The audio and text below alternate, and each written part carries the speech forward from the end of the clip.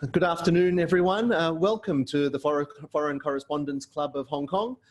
My name is Anthony Daparan, and welcome to another FCC Zoom event.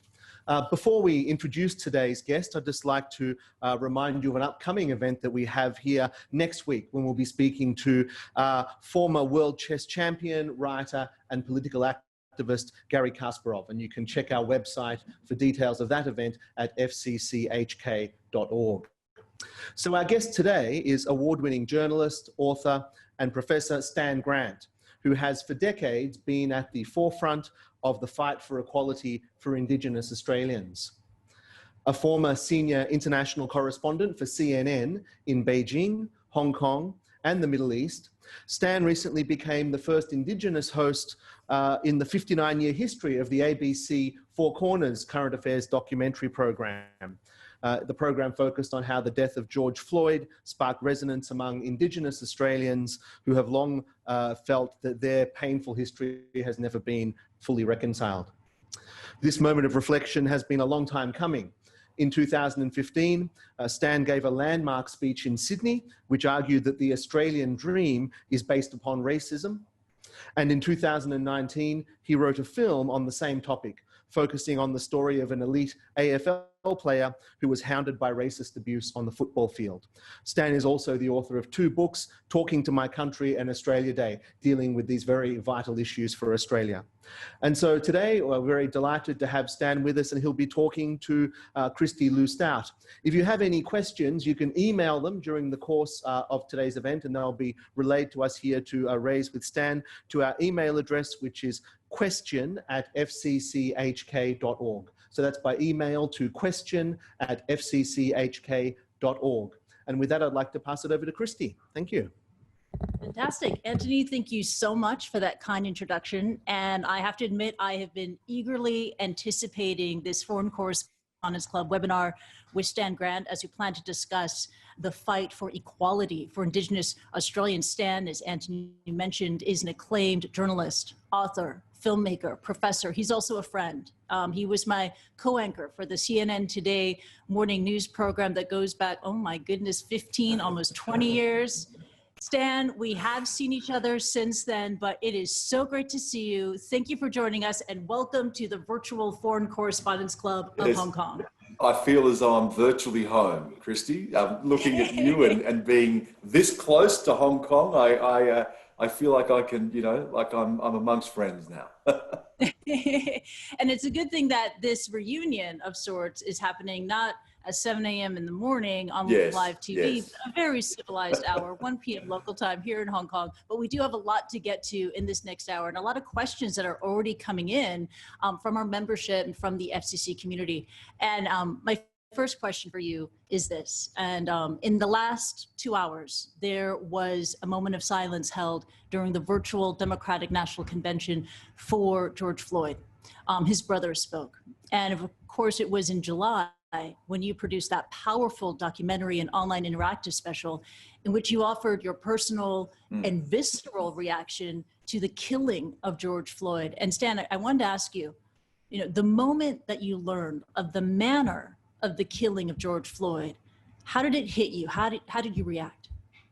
Well, visceral is the right word, Christy. It's a deeply personal, deeply emotional response for people who share in a history and share in a tradition and share in an oppression.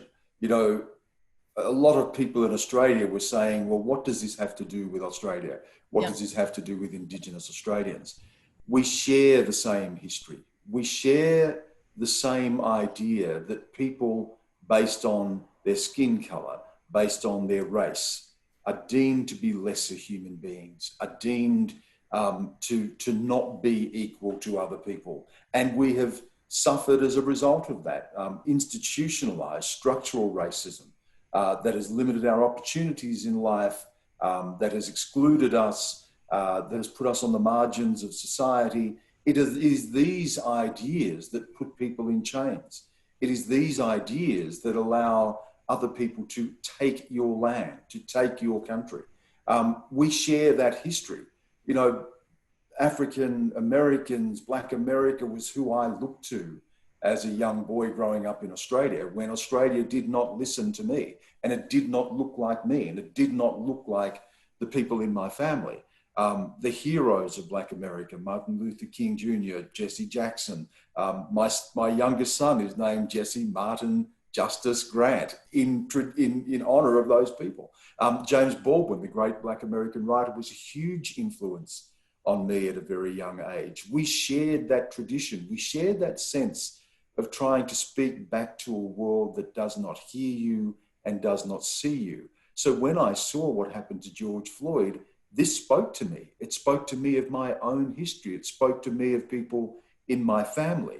It spoke to me of the experiences of people like my father, who had also been brutalized at times by the police. My grandfather, my mother's father, who had been chained to a tree by the police and left in the blazing sun all day with no food, no water, just because they could do that. There were laws in Australia that limited our movement, that told us where we could live, who we could marry, whether we could keep our children. Indigenous people in Australia today still die 10 years younger statistically than other Australians. We're not even 3% of the population, and we are over 30% of the prison population. In some states in Australia, the number of juveniles in detention is almost 100% Aboriginal. 100% in some states of Australia. So that experience of George Floyd, Black Lives Matter, it spoke to me very personally. It spoke to our shared history. It united us in the voice that we have now to speak back against this. And it really, I think, was a catalyst both for this movement, but also I think for people outside of that, for other Australians, other Americans, to confront themselves and ask themselves some hard questions as well. And could you speak a little bit more about your history? You know, for example, you talked about how when you were 15 years old, when you and your sister moved to Canberra and you were the only Aboriginal kids in your school. What was that like? Well, Christy, you know, my journey in life has been so improbable. I really should not be here. I should never have been sitting with you in Hong Kong. I should never have been a CNN foreign correspondent. That was not what the world had intended for me. My family, I was born into deep poverty. For the first 15 years of my life, my family didn't have a permanent home. We moved from town to town. I changed schools probably 15 or 16 times before I was into my teens. So I had no consistent education. There was no place to call home. It was this rootless, restless existence of moving constantly for two reasons. One, that we were living a hand-to-mouth existence and my father had to look for work wherever he could find it. And secondly, my father had made a very conscious decision that we would not live under the boot of the state. We would not live on Aboriginal missions and reserves that we were born into, where land that was set aside for us, we were excluded from the rest of society. We would not live in those circumstances where the state could determine every aspect of your life. And it was a hard road. It was a really tough, very transient upbringing. I was fortunate that, you know, I'm born into a very big Aboriginal family on my mother's side and my father's side. Our history is one of colonisation, of invasion, of massacre, of genocide, of disease that decimated our populations. So that by the turn of the 20th century, we were clinging on just for survival. Our language, our culture was denied to us. There were laws that meant to exclude us from society. It was widely assumed that Aboriginal people would die out as a race of people.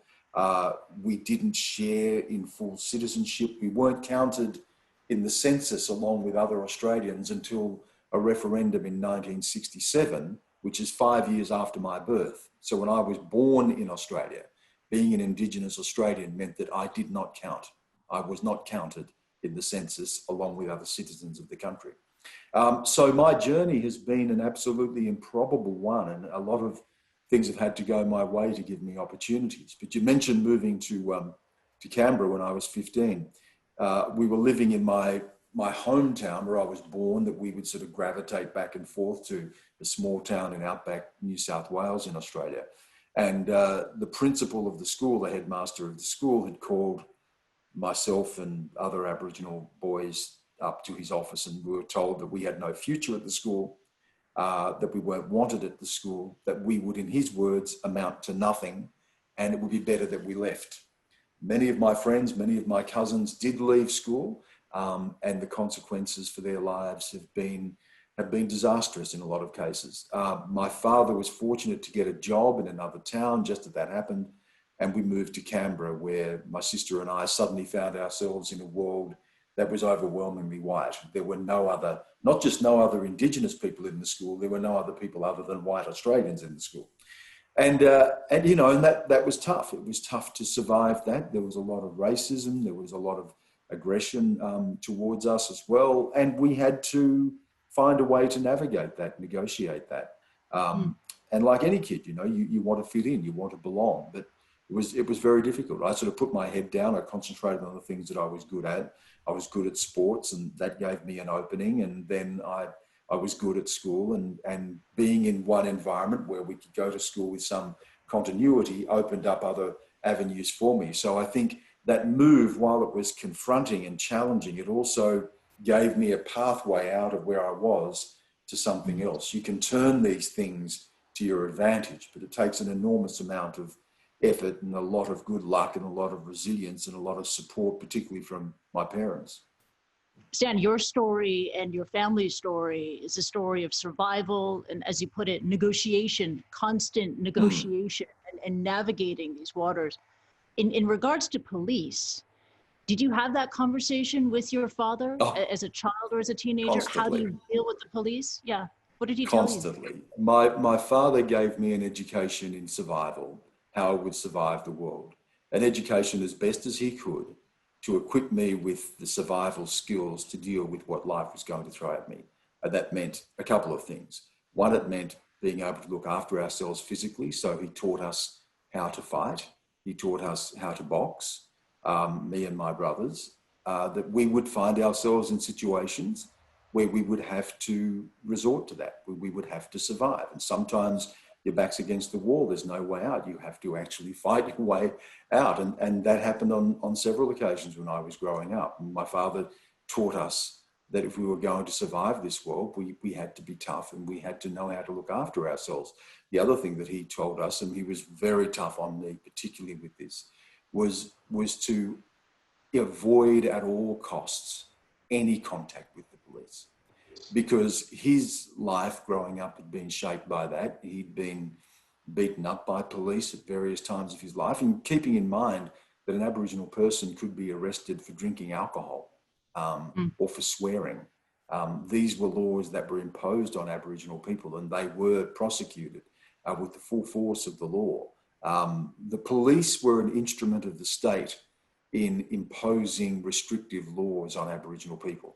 So if children were going to be taken away from their families, and that was a very common policy in Australia, where mixed race children like myself could be taken away from their families and adopted out to white families to become white, essentially. The phrase they used was to be absorbed into the Commonwealth, absorbed. That you would disappear, you would lose all trace of your heritage and your culture and your family.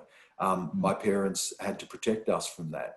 And my father taught me from a very young age, you avoid the police, do not get caught up in that. He was very tough on me.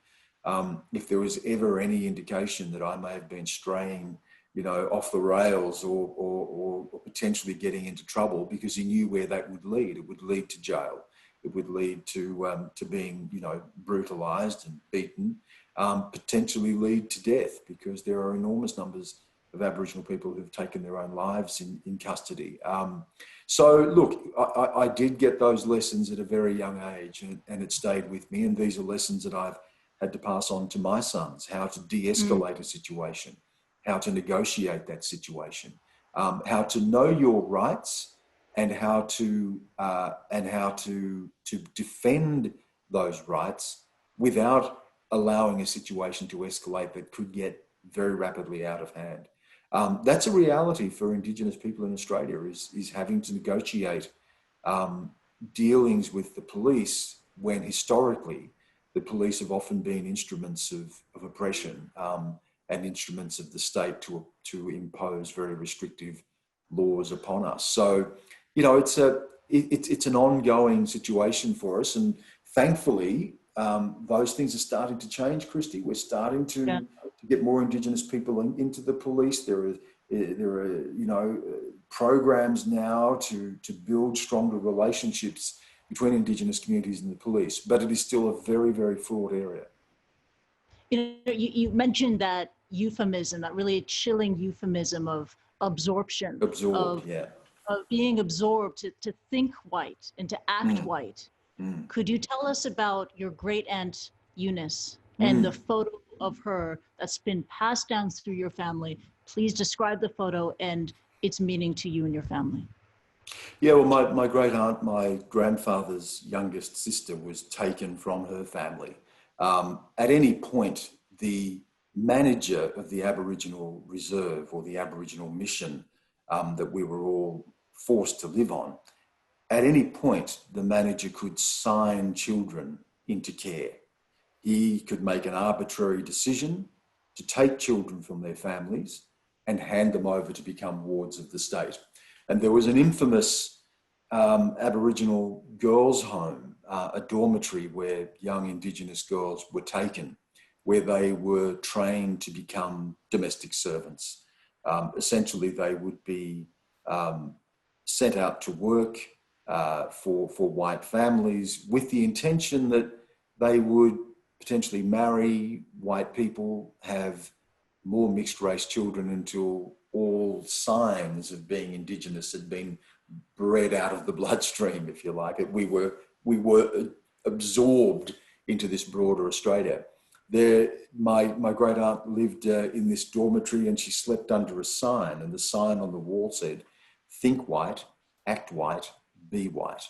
At every stage of the day, that was the message that they got, that they needed to leave their culture and their families behind, that was something to be ashamed of, that their future lie in being part of a much bigger Australia, in forgetting about Aboriginal culture, forgetting about their history and their background. Every part of their lives were regulated. They would rise in the morning, there'd be a whistle to get up, a whistle to go to breakfast, a whistle to go to school. They'd be marched into the local school in the town, and then at the end of the day, a whistle would go off and they'd be marched back again, and they lived this incredibly regimented, regulated life.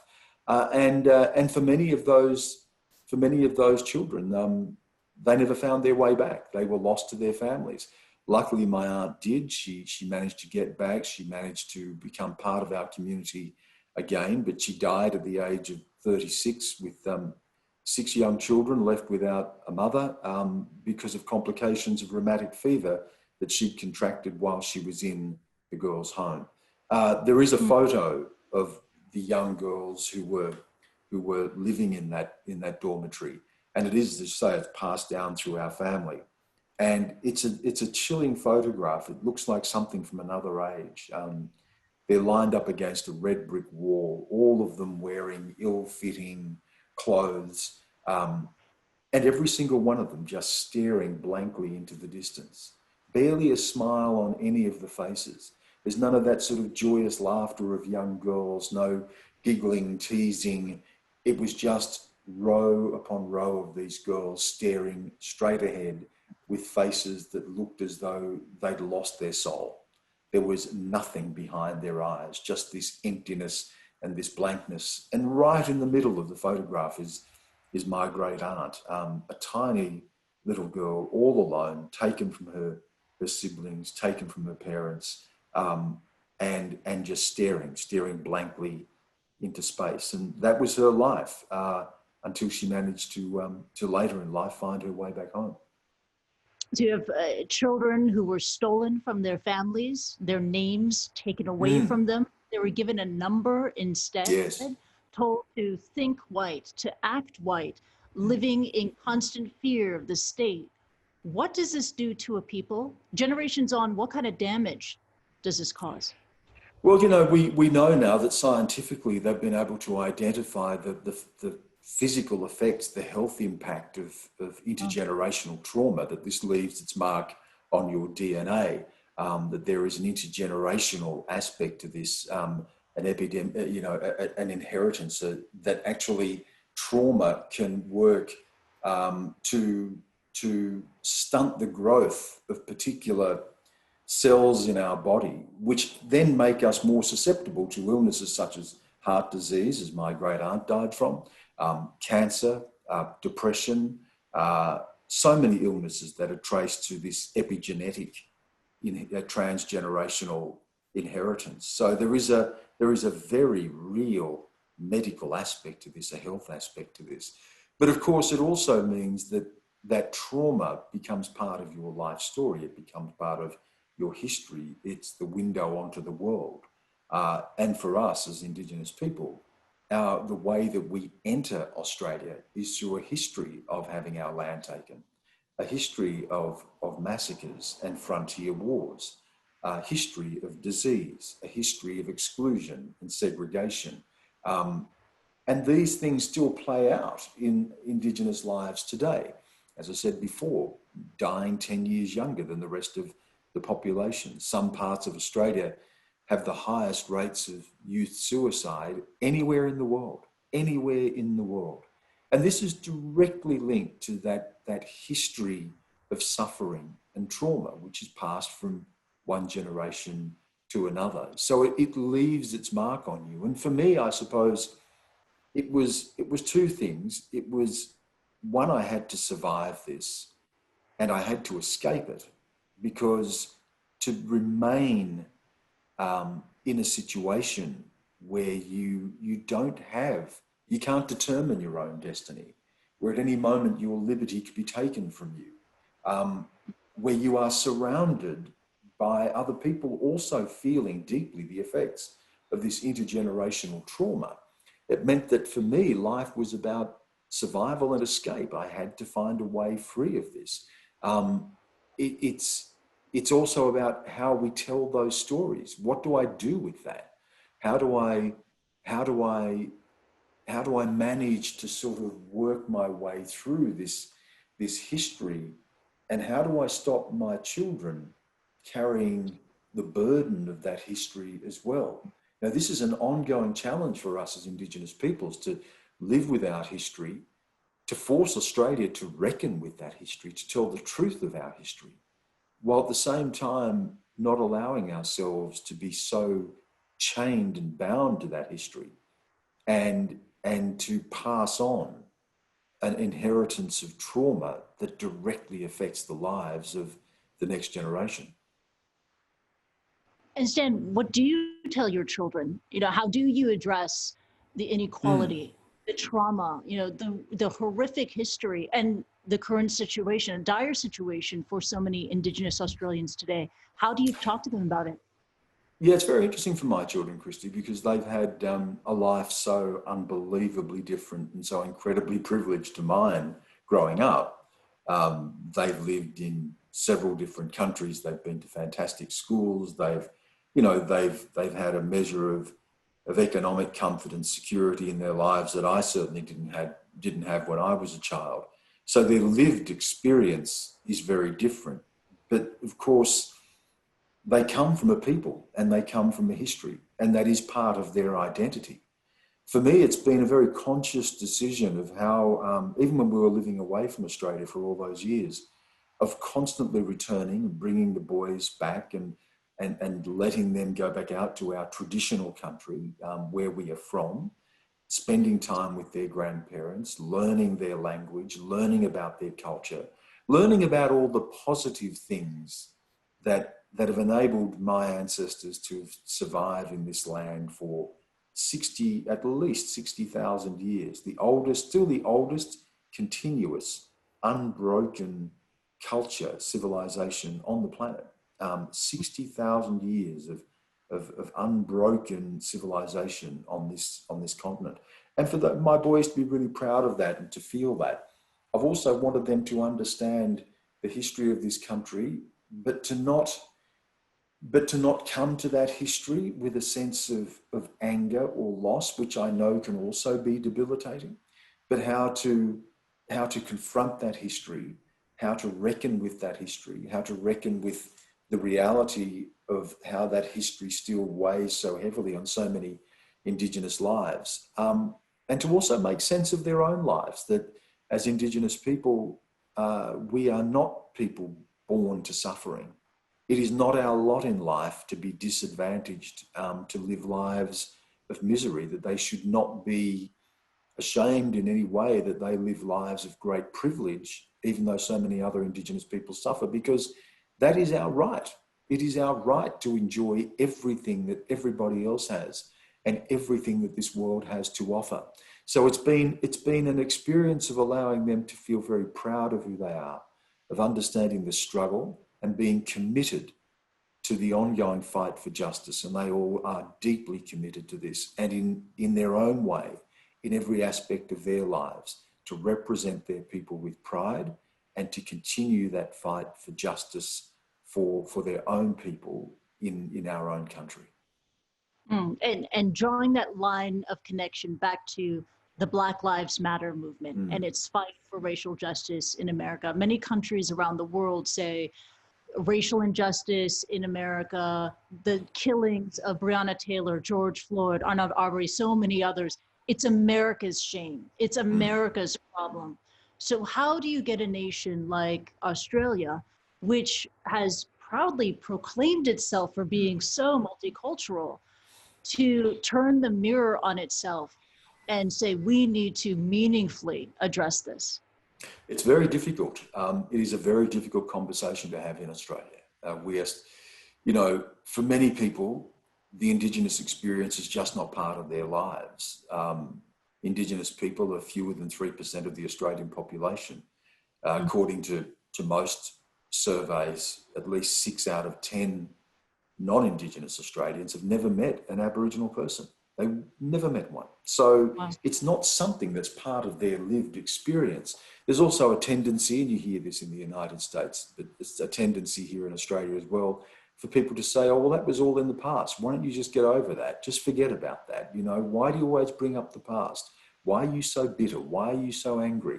Australia's a great country. Look at all the opportunities it has. Why can't you just be part of Australia like everybody else? As if we can, just wish away 200 years of suffering. And of course, there's never been a proper reckoning with the injustice of this history. Unlike the United States, unlike New Zealand with the Maori people, unlike Canada, there have been no treaties signed with First Nations people in Australia. So our sovereignty as the sovereign people of this country has never been acknowledged, never been recognised. This country was claimed by the British on the basis that it was terra nullius. It was an empty land, that the people who were here had no legal claim to this land. So there has been no restitution, there has been no reparations, there has been no treaties, there is no real form of self-determination. It's very difficult to get those conversations going in a country where, as you say, for many people, this is a heaven on earth. It's a haven for so many people. It is a multicultural country. It's a diverse country. It's a country, Christy, where people come to escape history, not to confront history. If you're a migrant and you've moved to Australia, it's often as a result of war or revolution or upheaval or some form of trauma. And you come to this country to begin again. It's what's very common, I think, with settler states, and the United States, another example of this. There's sort of the migrant story of constant renewal and beginning again. They don't want to confront their own history, let alone confront the history of this land and what happened to Indigenous people. And yet, if we don't do that as a nation, then we are forever diminished. There is a sense of a lack of legitimacy, I think, in a nation that fails to deal with its history. William Blake, the great poet, once said, a dog starved at his master's gate predicts the fate of the state. That's what it is. You cannot keep people in chains forever and not think that at some point that isn't going to come to the surface. And that's what we've seen in the United States, the ongoing stain of slavery, the original sin of slavery, along with the genocide of First Nations people in America, and the lack of reparations, the lack of this refusal to deal with the depth of suffering there. It's something that's mirrored here in Australia. So even beginning a conversation here is incredibly difficult in a country that to many people is blessed. It's not an easy conversation to begin at all. Yeah, not an easy conversation, but is a conversation about race and representation in Australia starting to bubble up. I'm referring to a recently published report about diversity in the media in Australia. What's your thoughts on that? Australia, in many respects, is despite its diversity and its multiculturalism, is in many respects the whitest country I've ever been to, in a sense that the institutions are so white and the power structure here is so white. The majority of our politicians overwhelmingly are white and still overwhelmingly male. The judges on our highest courts are white. The heads of business are white. And of course, those you see on our television screens, who tells the story of the nation, are overwhelmingly, almost unanimously white. Now, there was a Media Diversity Australia survey released just yesterday, which revealed that around 77% of all people presenting television, the people you see on air here, reporters, anchors, are Anglo-Australians. You can then add to that almost another 20% who are European. So if you take out European and Anglo, you are left with something like 6% of non-European background and a fraction, fewer than 2% of Indigenous Australians. So so when you talk about getting a discussion going around these issues, confronting these issues, a nation prepared to be reflective, to open itself up to that level of introspection, who's going to lead those conversations when the people in power are all Anglo? Not only the people who are the anchors and the reporters, but every single head of news at every network in Australia is a white male, a white Anglo male. The ABC, which is the national broadcaster here in Australia, paid for by the taxpayer. The head of news is a white Australian. Every executive producer and supervising producer is a white Australian.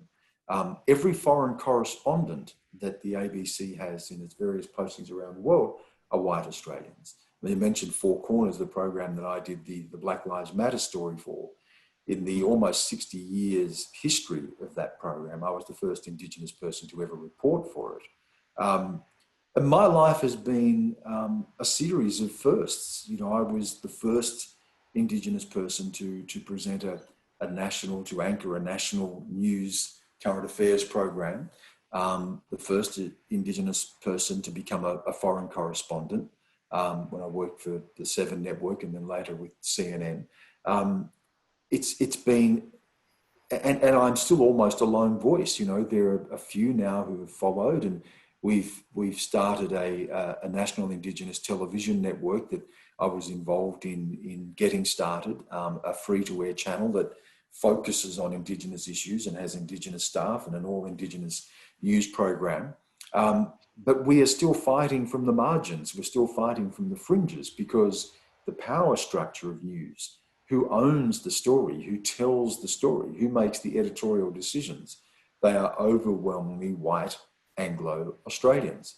I think 1 in 4 Australians now are born overseas, and 1 in 2 has a parent who's born overseas. You only have to walk down the street and you see the world walk by you. But I can't even think of a reporter on air who wears a hijab, for instance. There are no African faces. There are very few Asian faces, even fewer Indigenous faces. it is just overwhelmingly white Anglo or white European. And that is not the story of Australia. That does not reflect who we are, but it does reflect something about where power still sits in our country. At this moment, Stan, I want to bring in a question that's posed by one of our viewers that I have right here. She is a member of the FCC. She writes, I'd be interested to hear Stan's thoughts on Kamala Harris on the Biden ticket. And could you, Stan, ever see that happening with a minority candidate in Australia? It has taken us, I'll deal with the second part of that question first. It has taken us over 100 years since federation, since Australia formed a Commonwealth in 1901, for an Indigenous Australian to be a government minister, a federal government minister. It took over 100 years just to reach that point. There are now a few more Indigenous people represented in our parliaments at a state and a federal level, and that's starting to change. But I think we are a long way from getting to a point where an Indigenous Australian would be in a position to become Prime Minister of Australia. We are a long, long way. It may not even happen in my lifetime. Again, because the gatekeepers of that power are still overwhelmingly white men. So it's, we've just, in recent years had our first female Prime Minister. So we are a long way from getting anywhere near a situation where an Indigenous person will be in a position to become Prime Minister of Australia. It's just something I can't even envisage at the moment. And as for Kamala Harris, you would not get Kamala Harris if it wasn't for Barack Obama, and you would not get Barack Obama if it wasn't for Jesse Jackson, Martin Luther King, and whoever has come before him. So this is an ongoing struggle in the United States. And I think she's also someone who captures this moment. She is immensely qualified. I mean, the idea that this is an identity pick, which you see in some sections of the media, is just offensive. This is an extraordinarily accomplished and qualified person, a person of a diverse racial heritage who identifies very strongly as being part of the African American community and speaks very deeply to the migrant experience of America. She is in every way a face of a modern America. And I think it's an extraordinary achievement for her to get to this point, to be so close to becoming, vice president and potentially on from there as well. She'd be in the perfect position to be able to position herself as the Democratic frontrunner after that. So, it's a reflection, I think, of America's journey and that deep sort of soul searching. America is it's a really fascinating country. It's, as I say, it's a country born out of the original sin of slavery and the genocide of Native Americans, and yet holds as its greatest ideal this idea of equality, of a fundamental human equality. At a time, when those words were written in the Declaration of Independence, of course, written by men who held slaves, those words had never truly been written in the history of humanity. This idea that you can hold a nation to account for the fundamental equality of all human beings, I think it's something that is both a paradox and also an incredibly animating ideal of America that it continually reaches for. It fails, it falls short, but there is something that it is held to account for. Its own creed, as Martin Luther King would have said, its own creed. And when it fails its own creed, it is held to account. And I think that's a remarkable aspect of American life. And we don't have that in Australia. We don't have that aspiration. We don't have that fundamental commitment as a nation to this idea that we are bigger than our worst, that there is a fundamental equality to us all. And so we struggle still with those ideas of our history and the treatment of First Nations people. Australia has a wonderful sort of egalitarian myth. It's this rugged individualism that people can come here and they can make something of themselves, and we're a classless society. Well, I think, that's not particularly true, but if we are to any degree a classless society, it doesn't change the fact that we are a deeply racialized society. And those numbers of people who hold positions of power in our society and control the media attest to the fact that we are still a deeply racialized society, and power, whiteness is imbued with a deep sense of its own power and its own destiny, and it's almost unshakable. Just a reminder to our audience and everyone who's watching right now, if you have a question to pose directly to Stan, please do. Again, do it by email. It's question, singular question, @fcchk.org. Now, we do have another question that just come in from Eric Wishart, the first vice president of the FCC. His question is this: how have the Indigenous communities in Australia been coping with the COVID-19 pandemic? I've read that thanks to Aboriginal-led responses, the rate of infection has been lower than in non-Indigenous communities. Stan. Yeah, that's a great question. Of course, we were the most vulnerable. I mean, you were talking about, COVID-19 is a novel experience for Australians, but for Indigenous people, far from it. We're already dealing with the impact of deep chronic illness. I mean, you have individuals in some of our communities who are battling multiple chronic illnesses at any one time. When you add to that intergenerational poverty, high levels of unemployment, overcrowding in homes, we were very susceptible to this. But it's been part of an extraordinary response, really, from Indigenous health workers, coordinated at a national level, to be able to quarantine those communities, to keep people out of those most vulnerable communities. And as a result of that, we've managed to survive the worst of it. At one point, it was looking as if it could have been devastating if it got into those communities. What we would have lost in terms of our institutional memory and knowledge, particularly amongst our elders, our older people in our communities who are the deep knowledge holders in our communities, it would have been devastating. But there's been a fantastic response in keeping that out. But of course, eventually, coronavirus will pass. We'll either get a vaccine or it will run out of steam, as other chronic illnesses have in the past. But Indigenous communities are still going to be facing the reality that in one of the richest countries on earth, they are dealing with illnesses that have long disappeared from the general population, that they are dealing with multiple chronic illnesses that, as I said, reduce life expectancy by 10 years on average. So coronavirus is just the immediate crisis, but there is a deep ongoing health crisis that will still be here after coronavirus has passed. And we have a question from former FCC President, journalist Florence de Chagny. And she asks, you said that the conversation about race in Australia is difficult to start. So where do you begin? Is it education? Yeah, look, education is a big part of it. It's also through confrontation.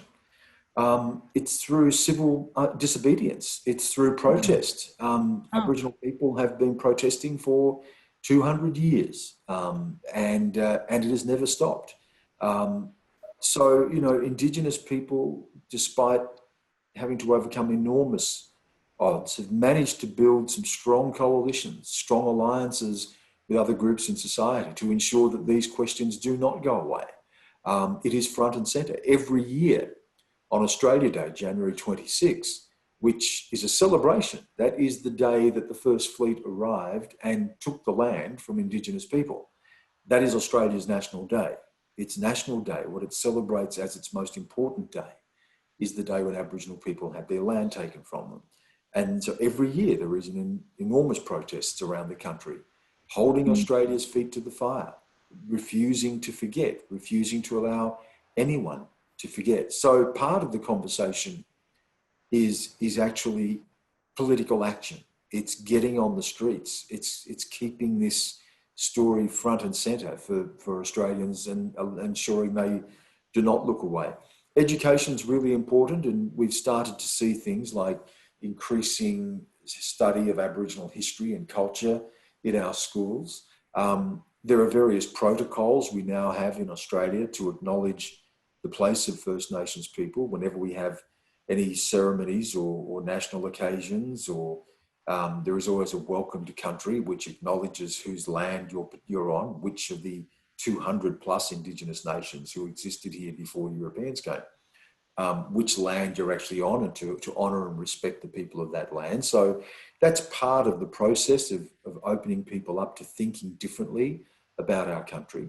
As I say, you know, education's critical. And then it's true, I think the most powerful thing, Christy, is telling stories. And that's something that, you know, I've tried to do myself through film and books and articles. And, you know, I think political change comes when a people change. And the people won't change until they feel as if there is a story that speaks to them. And part of my work has been trying to tell that story anew for Australians, to open a door, to allow them to walk through, to see through our eyes, to experience what we experience, not out of some desire for shame or blame or guilt, but to find a way as Australians to reconcile our history and make a commitment to a more just future. And I think it's through telling stories, making films, writing books, writing novels. You know, political change begins at the cultural level, I think. And as society becomes more introspective, as society challenges itself, as it opens itself up to new ideas, ultimately, I would think that would flow through to political change. Stan, you're a storyteller and a masterful one at that, but have you thought about entering politics? You know, it's something that has been put to me a lot over the years, and I've really sort of grappled with that idea. I'm probably not naturally a political animal. You know, politics is, you know, it's quite a ferocious business, and you know, it's kill or be killed in politics, and that's never particularly attracted me. I've always been more attracted to the idea of being able to work through people's souls and tell story and touch people and allow people to see through things in a different way. But I have been approached a lot in the past. At the last election, the Prime Minister approached me to see if I would be interested in standing for a seat, and which would have guaranteed me a place in the Parliament. And I did give that some thought. But ultimately, I'm not a particularly partisan political person. And I think the hard work to be done in this nation still is probably at the cultural level, through being able to open people's hearts and minds and connect people. And politics is still probably a generation away, that sort of political change. So look, it's been tempting and it's been really humbling to be asked, but it's never felt the right thing for me. Mm-hmm. And we have another question from FCC member Elise Phillipson, and her question is about your 2019 documentary film called The Australian Dream, in which you tell the story of, or focuses on, an elite football AFL player, Adam Goodes, and how he is hounded by racist abuse on the football pitch. And Elise asks this: having seen your very powerful film about racism in the AFL, and as a foreigner watching AFL now, how far, if at all, do you think the sport has come since the release of the film? And she adds, I am particularly thinking with regard to the, quote, Indigenous round. Yeah, not far enough, Christy. You know, the story of Adam Goodes, I think, is a blight on our nation. It was something that really galvanised me, because it really erupted. And what happened is that Adam had been taunted, racially taunted, by a spectator at the ground, called a particularly derogatory name. He took offence to that and ordered that the person who made the remark be removed from the ground. It was a young girl, 13-year-old girl, which I think only made it worse, you know, that these words would come from the mouth of a young girl. But you would think at that point that there'd be support for Adam, and there'd be, you know, measures put in place to ensure that Indigenous players or players of any racial background were not subject to these sorts of racial taunts. Instead, the opposite happened. Spectators turned up week after week to turn on Adam, and they booed him relentlessly. Every time he went onto the field, every time he got the ball, he was booed relentlessly, endlessly. He'd won the Australian of the Year award for his work on trying to reconcile people and to bring Indigenous and non-Indigenous people together in Australia. And after receiving the Australian of the Year award, the booing started again. And this went on for 3 years until ultimately it drove him from the game. And this was a player who was probably recognised as the greatest player of his generation. So an extraordinary athlete, an extraordinary man who was brought down and forced to leave the game because of endless racial taunting and booing, just a constant hounding of this man week in, week out. When I came back to Australia after working for CNN in Beijing in 2013, this story had just started to break. I gave a speech about this, the speech about racism, which touched on this moment and asked, what did this moment tell us about ourselves, that 200 years after Aboriginal people had been invaded and had their lands taken from them, that an Indigenous athlete can be treated in this way. I'd subsequently written a book about that, and then we worked on the film in 2019, which has had a remarkable run of success around the world, just an incredible journey that the film's been on. And you would think that it may have elicited a change, but we still see cases of Indigenous players being racially abused, racially taunted each time they go out to play. It still happens. There's still a fundamental, a lack of capacity, I think, or willingness to deal with this at an institutional level. And a lot of Indigenous players feel as if they're very much on their own when they try to stand up against this. So sadly, it still happens, and sadly, there's not enough being done to be able to deal with this. Even though Adam's tale is a cautionary tale, I think, for everybody and for Australians, but it's part of the journey of the nation, to deal with the legacy of its history, to deal with racism. It's part of the journey Australia is on. Sadly for Adam and a lot of other athletes, they're at the pointy end of that. It was, and you mentioned it just now, in 2015 when you made that landmark speech in Sydney, in which you said the Australian dream is rooted in racism. And that speech went viral. It has since been seen millions of times on YouTube, Facebook, other social media platforms in Australia and around the world, covered by international media. 5 years on, what do you think has been the impact of that speech? It was certainly, it had a seismic impact on my own life, I think. It certainly put me in a position where, people looked to me to be able to bring my voice to these things, and sort of catapulted me, I suppose, into a position of leadership that I'd never really expected or even particularly wanted. But, that's the way it goes. When I made that speech, I didn't think it was anything remarkable. I was saying the truth of how we see this country. It felt very ordinary to me to stand there that night and to say that, of course, Australia is rooted in racism. The very idea of the country is rooted in racism. If you can believe that you can take another people's country on the basis that those people essentially legally don't exist, have no legal rights to their own country, if you can exclude those same people, have segregation laws for those same people, if those same people who'd had their land taken, their lands invaded, are still the people who have the worst outcomes in health and employment and housing and education today, who have the highest rates of suicide and the highest rates of imprisonment, of course it is rooted in racism. It doesn't mean that as a nation we are irredeemably racist or that we are not on a journey to challenging ourselves and confronting these things, but it means that the foundations of this nation are rooted in very deeply racist ideas, the same as the United States, rooted in a deeply racist idea that Native Americans, the First Nations people of that country, had no right to their land, that Africans could be brought in chains and bought and sold. These deeply racist ideas. Now, what's changed since that speech? Probably not a lot, to be honest with you. People are still dying too young. People are still locked up in extraordinary numbers.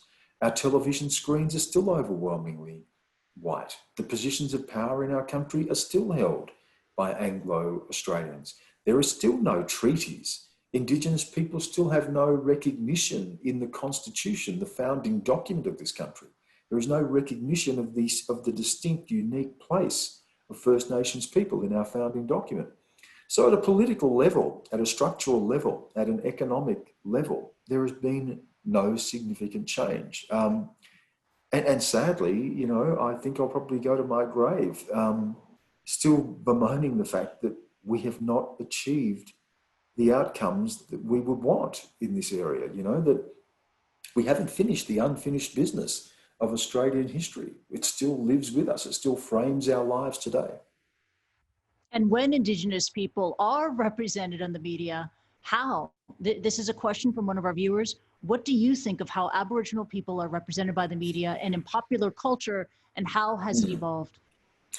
Yeah, you know, we've gone from being sort of marginalised figures of fun, people to be mocked, this sort of stereotypical view of what, like African Americans, you know, the stereotypical representation of African Americans in film or Native Americans in film, and television and popular culture.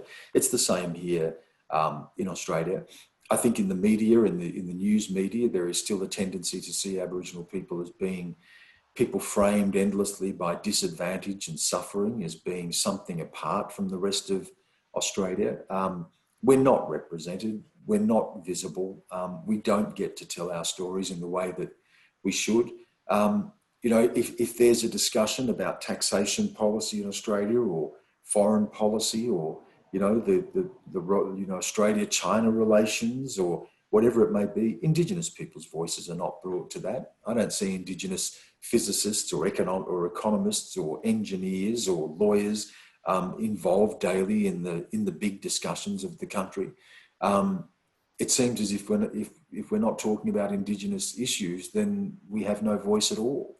And so to that extent, we're still marginalised. You know, part of my struggle has always been to be very proud of who I am and to represent my own people, but also to demand the right to be seen as a professional in my own right, as a journalist in my own right, as someone who is as comfortable reporting China or Iraq or Afghanistan or Pakistan, as someone, you know, comfortable working for CNN as I am living here in Australia. That's an enormous struggle, you know, to get Australians to see you in a different way. And the strange thing about it, Christy, is when you do achieve that, they then say to you, well, you're not really Indigenous at all. You know, you're not like the others, or, you're different to them. I get those comments all the time. And it's like, so you can't win. You know, you're either disadvantaged and suffering, and therefore, you know, you fit some stereotypical view of what an Aboriginal person is, or if you're successful and you're achieving in other ways, then somehow you're not really Indigenous anymore. It's that bind that we're constantly in. And again, to reflect on the United States, the same thing happened to Barack Obama. You remember the debates about, is he really black? You know, I mean, you know, how black is he? And listen to Kamala Harris. There are people now debating whether she is really African-American or not. You know, Toni Morrison, the great black American writer, talked about the white gaze and how her writing was always to avoid the white gaze, to not allow her writing or her life to be framed through the prism of whiteness, that through white eyes they see you, they define you, and they judge you. To live free of that is the struggle of all people of colour, and to be a human being and to have the dignity and the freedom of a human being, while also being very proud of who you are, without being defined and judged constantly by that white gaze, is really the struggle of all of us. And a final question for you, Stan, about the prospects for change and reform. You know, the debates about blackness aside, in the wake of the killing of George Floyd and the ongoing Black Lives Matter movement protests, we have seen blacks and whites and people of all races march together in unity against racial injustice in the US, and may that anchor turn to change in the US. Before Australia, are you seeing that unity there? And how hopeful are you for change in Australia? Yeah, I am a hopeful person. If I didn't have that hope, I don't know how you would go on, to be honest with you. I've never been attracted to that sort of nihilism, that idea that, the world is against us. Yes, the world is something imposed upon us, and we have felt the full brunt of that. But we are building those alliances. We are changing things. My life is so much, I've been so much more fortunate than my parents, and my children's lives are indistinguishable from my own when I was their age. So there is that hope. We're graduating more Indigenous people out of our universities than ever before. It's a paradox. While there is deeply entrenched structural disadvantage, there is great resilience and survival and great achievement at the same time. And so we are building those alliances. We're slowly, there are white people of all different backgrounds marching with us in protest, as there are in the United States. But just like the United States, the question is what comes after. You can have that cathartic moment. You can have the moment of anger. You can have the moment of protest.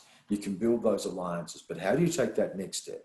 How do you deconstruct that power, if you like? How do you build new structures of power that are more representative, that are more inclusive? That's the next part of the journey. It's the journey that the US is on. It's the journey that we're on here in Australia, in every part of the world. That idea of how you open up power, challenge those structures of power to make things more just and more equal. That's the journey we're all on. Yeah, absolutely. We'll end it there. Stan, thank you so much for your journalism and for sharing your story with us. And, may racism and complacency make way for awareness and that journey to end racial inequality. Thank you so much for that conversation. Also like to thank the team here, Anthony and Benny, as well as all our viewers and the membership across the FCC community. I'm Christy Lustout signing off from the FCC in Hong Kong. And Stan, open invitation to come here to the physical Foreign Correspondents Club in Hong Kong. Next time you travel here. Yeah, sending you a big virtual hug, but we got to sit down in person. Can't wait to see you again, Christy. Can't wait. All the best to you and your family. Take care. Bye. Yeah.